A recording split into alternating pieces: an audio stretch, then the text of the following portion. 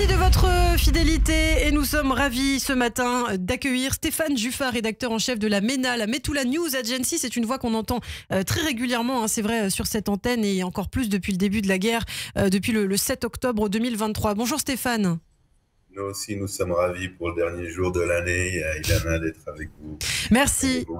Bonjour aux auditeurs, téléspectateurs. Merci beaucoup Stéphane d'être avec nous ce matin, très régulièrement, on l'a dit, pour commenter l'actualité en Israël. 452e jour de guerre. Alors depuis la fin du conflit avec le Hezbollah au Liban, on a l'impression que les affrontements sur le front sud sont ravivés, sont relancés, en tout cas s'intensifient avec des soldats malheureusement qui perdent la vie presque chaque jour. On annonce la mort de très jeunes soldats d'à peine une vingtaine d'années. Comment expliquer ce regain de tension dans la bande de Gaza, Stéphane?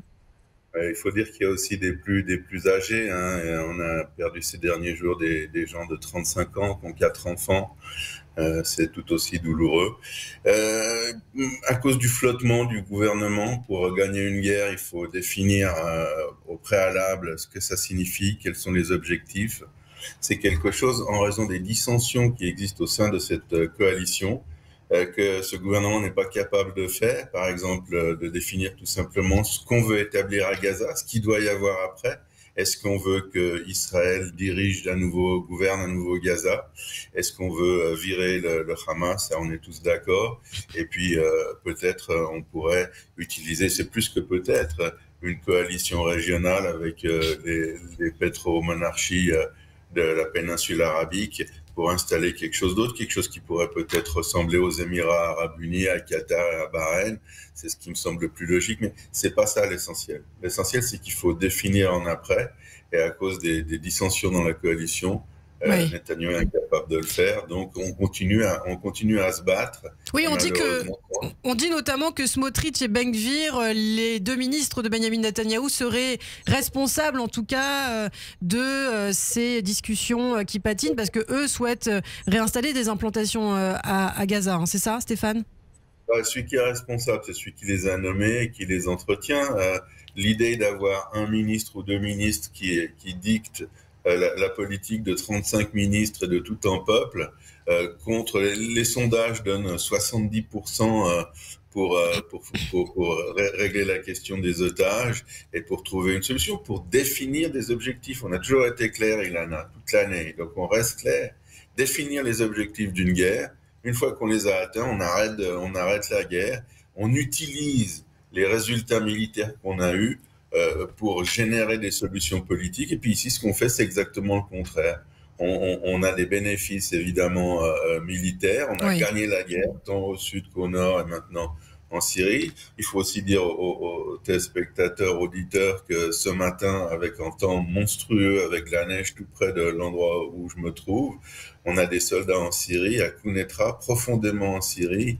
Il neige, il pleut, et les gars, ils font leur travail. Et maintenant, ne pas utiliser ça pour définir des buts, des objectifs politiques à leur effort, c'est incompréhensible. Alors vous parlez de la Syrie, justement, c'est intéressant puisqu'il y a très peu d'informations qui filtrent sur les opérations israéliennes en Syrie en ce moment. Qu'est-ce qui se passe exactement? Quel est le travail des soldats de Tsahal sur le front syrien? On se trouve dans la zone démilitarisée, celle qui avait été décrite en accord de désengagement de 1974, après la guerre du Kippour. Et normalement, le gouvernement syrien est responsable qu'il n'y ait pas d'armes lourdes dans cette zone. Et puis comme il n'y a plus vraiment de gouvernement syrien responsable, c'est nous qui avons pris cette responsabilité afin de tenir les rebelles et toutes sortes de courants hostiles à Israël, éloignés de notre frontière. Donc on est entré, ça fait depuis longtemps, depuis que les rebelles ont pris Damas en fait, et on est entré dans cette zone maintenant de plus en plus profondément pour ce qu'on appelle dans Tsahal, pour la nettoyer, c'est-à-dire faire en sorte qu'il n'y ait plus d'armes, qu'il n'y ait plus de cash, et qu'il n'y ait plus d'organisation terroriste. Il y en avait, par exemple, à Kounetra, là où on est en ce moment, il y avait une organisation qui s'appelait les Dossiers du Golan, qui était la plus hostile et la plus efficace dans son action contre Israël. On est en train de nettoyer ça depuis 2 jours, et on va rester là-bas en tout cas jusqu'au moment où une nouvelle force politique, un nouveau gouvernement en charge en Syrie, soit capable d'assurer le calme dans cette zone démilitarisée. C'est ce qu'on fait, Ilana. Alors, les ennemis d'Israël poussent par ailleurs comme des champignons, hein, Stéphane. Si Israël a gagné la guerre, en tout cas, c'est ce que vous nous dites, contre le Hamas, contre le Hezbollah, les Houthis, à présent, lancent des missiles presque chaque jour sur Israël. En un mois, ils ont lancé 11 missiles balistiques et au moins 9 drones en direction du territoire israélien. Encore cette nuit, les Israéliens ont dû s'abriter dans les abris, réveillés par des tirs de missiles. C'est un nouvel ennemi qu'il faudra abattre, si je puis dire, rapidement, Stéphane, selon vous? Oui, mais à abattre, c'est pas comme les pigeons dans les foires, hein. C'est-à-dire que c'est grand, le Yémen. C'est facile de cacher ces missiles et tous les missiles et les drones. Cette nuit, il faut dire aussi que les Américains et les Anglais ont frappé très durement les Houthis encore une fois au Yémen, mais ça va pas suffire. La chose la plus importante, c'est qu'on a le Hetz, la flèche, le seul missile antimissile balistique qui existe, et il fait bien son travail. On a loupé une fois la cible, ça fait des dégâts sur une école, mais globalement, on arrête, il faut le dire aussi, tous ces missiles balistiques et en dehors de l'espace aérien israélien, comme on l'a fait cette nuit. Donc il faut peut-être un petit peu se calmer.